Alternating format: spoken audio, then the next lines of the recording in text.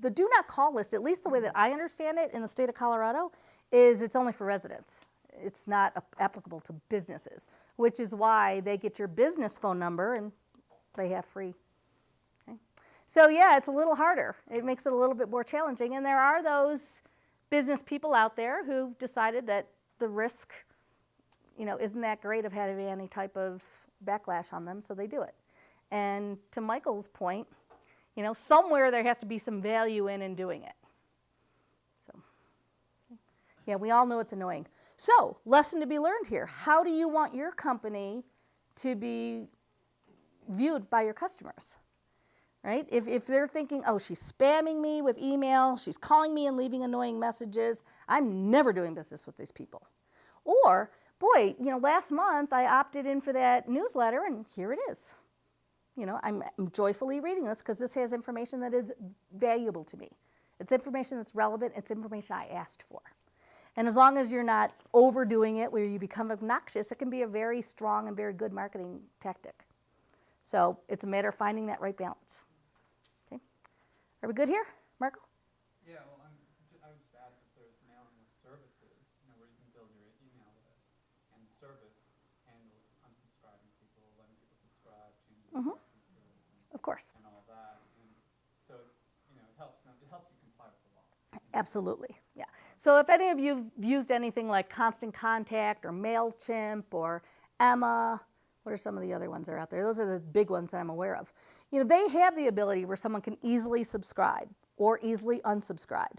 And once they unsubscribe, those services prevent you from ever sending them email again, which brings its own set of problems because if someone says, oh, I accidentally unsubscribed and I want to be back on your email list, you can't make it happen. So that's tough. I've personally experienced that. So I've actually have clients that have set up an email address just so they can get email from me because they actually accidentally said unsubscribe from Constant Contact and they can't get back in. So they do a really good job when they ask to be unsubscribed or blocked of doing that. But it does help you comply. That's a good point. So anything else on that? Okay, let's get going. All right, so we made it to number 2. All right, number 3. These databases are databases that are available from companies who have done their own research, and their product is actually providing information, providing data. At the public library, right down the street here, you can go in, or you can access these from your home or your home office, which is also great. And there's several of them that provide you pretty good information. And I say pretty good because it's only as good as those individuals or those companies are willing to share. So depending on the individuals who make up the lists that you create, depending on what they offer, or when their salespeople, these database firms, have salespeople that call these individual companies and they try to gather information, if the company says no, there's nothing they can do about it unless they find it out another way. So they're pretty good. I happen to use a database that's through the Boulder Public Library that I use quite a bit when I'm developing lead lists for me, where I want to specifically contact a certain type of business that I'm going to then call, introduce myself, tell them what I could do for them, and start that sales process. Okay, so you can access those. That database is called Reference USA. And if you go to any Colorado library, your library card works at any Colorado library, by the way. It's a good thing about Colorado. You can go in there, you just type in your name and your library card, and then you go to, I think it's business resources and then databases. And there'll be several databases there. There's also one that's called Inforama, and that one has a lot of information on consumers. So since most of you are selling to consumers, you might use that one more. The Reference USA has 2 tabs, one for residential, which are individual consumers, and one for businesses. And you can go through that, and if you see it, in fact, the night that we do marketing research, we'll get a demo of that database. You can see how powerful it is, because you can go by zip code, you can get right down to little neighborhoods of who lives where and how many people and what their average income is and what their average age is and how many children they have, and I mean, tons and tons of valuable data. Okay? So, databases. You can go to competitors' websites and read their literature. There's always a lot of information about the industry, about what your competitors are saying. What are they out there doing? What are they seeing? And that's great for you to be able to see trends and how things are changing. If you go to their websites and you watch them over time and you see how their messaging is changing, it's a great way for you to be able to see what trends are happening within your industry. Newspapers, to a lesser extent than they used to be, but they're still relevant for a lot of industries. Online news sites, things like that. Books, journals, magazines. You can subscribe to industry reports. Industry reports, can cost you some money, but if it's information that you really, really need, it might be worth the investment. Do you mind if I stick this here? You can join an industry association, and most associations, when you join them for your industry, one of their key missions is to educate their members. And by education, they're going to talk to you a lot about your industry and provide you information that they know about the industry, so you can join that.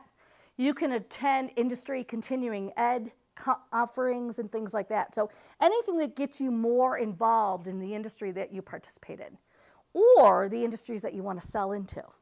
Okay? So let's say that you're a stationery developer, and you make beautiful stationery, and so you do wedding invitations and baby announcements and we're moving announcements and things like that. You might want to join the Wedding Planning Association. So even though you are not a wedding planner, all the people that you might have as referral resources or strategic partners might be at these meetings. So it's a good way for you to learn about what's happening, who's out there playing with it, who's offering what, who has high end, who has low end, all that kind of thing. So pretty much all of your industries probably have something in this area that you can get into, whether it be natural foods or maybe you must have an association for your business, right? Isn't there? Yeah. Yeah, several of them, right? Okay, so there's a lot of ways for you to collect the information. And the whole point of the marketing research is for you to gather information so that you have a very confident feeling yourself that you know what's going on. And that this isn't something that you're just dreaming up or using your own personal buying to create your business. Because you are never going to be a customer of your own, ever. Right? If you do use your products and services, you just use it. It's just innate in you. You're never going to buy from yourself. So you can't use your own buying ideas to define your market. You have to hear it from the customers. You have to hear from the people who are actually going to part with their money to buy from you. So a big mistake that a lot of small business owners make is, well, I would do this.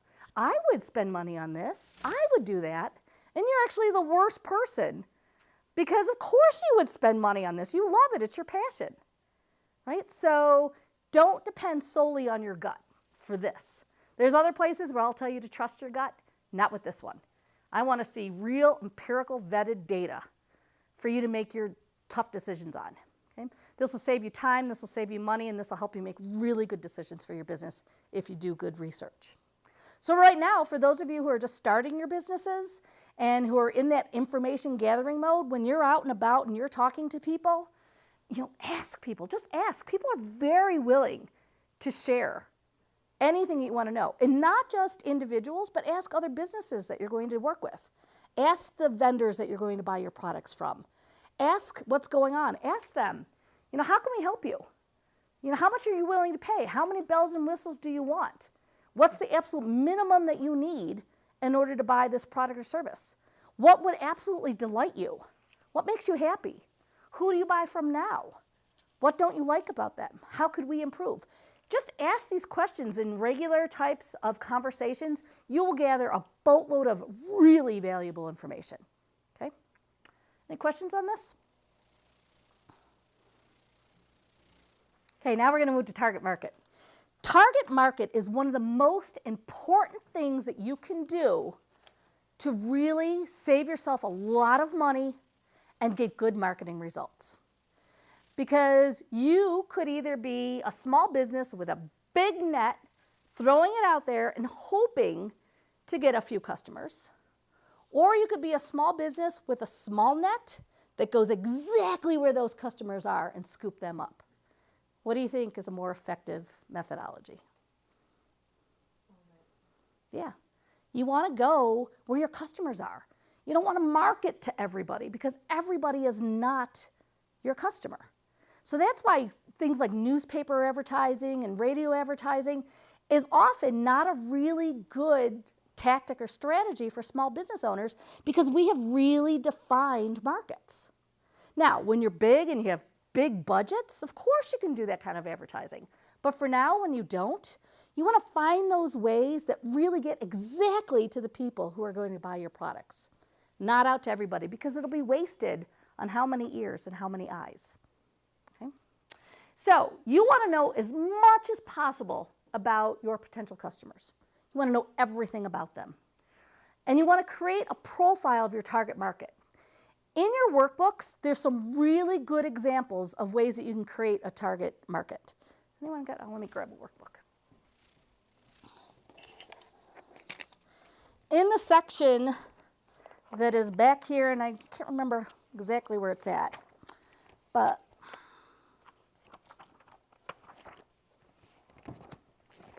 let me do this.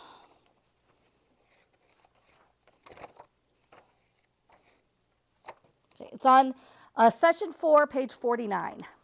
This whole section is on profiling your target market.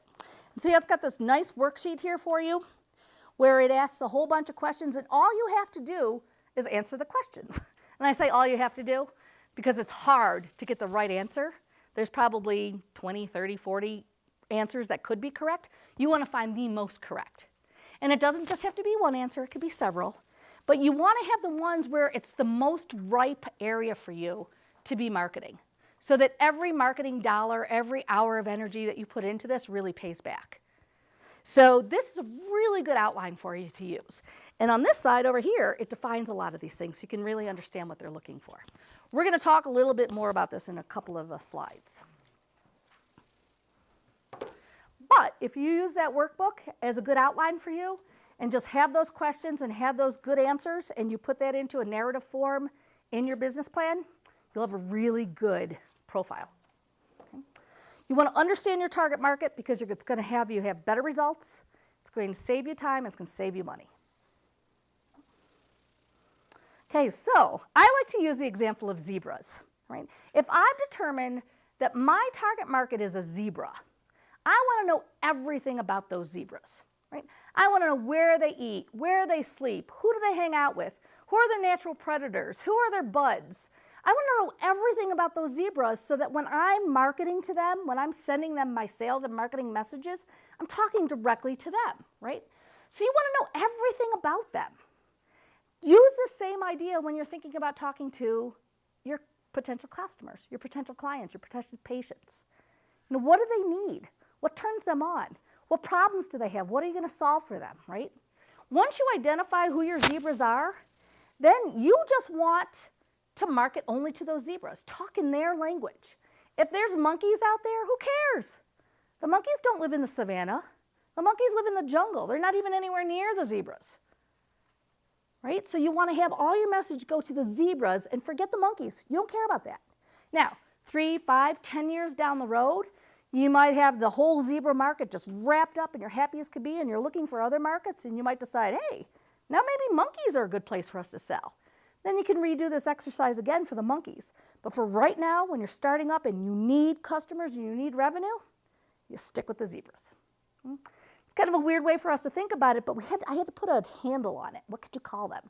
And I came up with zebras. Let's just call them zebras. Okay? So there's 2 types of ways to define your target markets. There's demographics and psychographics. And this demographic information, developing that profile, is very much what I was just talking about in your workbook. So you want to know who is going to buy your products. What do they look like? Are they male? Are they female? Does it matter? What is their average age? What is their average income? If you're selling a children's product that's used, let's say, from 5 to 8-year-olds, who are you really selling it to? Even though the product is designed for children, who is going to buy it? Who's the one who's going to use that credit card or write that check? Okay? You want to know if it makes a difference for their occupation, if they own or rent a house, if they're single or married, if they're parents, if they're grandparents, if they're single.